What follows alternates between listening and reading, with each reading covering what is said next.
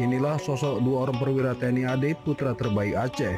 Keduanya memimpin TNI dengan menduduki jabatan strategis di Satuan Aceh, yaitu Majen TNI Niko Farizal lulusan Akademi Militer Admil 1991 Kecabangan Infanteri Raider, Mayor Jenderal TNI Niko Farizal kelahiran 10 September 1968 di Penayung, Kuta Alam, Banda Aceh, kini menjabat sebagai Pangdam Iskandar Muda.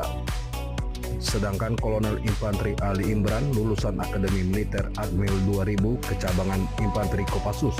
Kolonel Infanteri Ali Imran kelahiran 9 Juni 1978 di Biren, Provinsi Aceh. Karir militernya lama mengenyam di lingkungan Korup Baring Merah, Tais TNI, Pas Pampres, hingga Pusat Intelijen Angkatan Darat, kini menjabat sebagai Komandan Korem 011 Lila Walsa di Los Mawe dengan julukan dan rem termuda pertama se-Angkatan Darat. Yang sapa-sapa mak-mak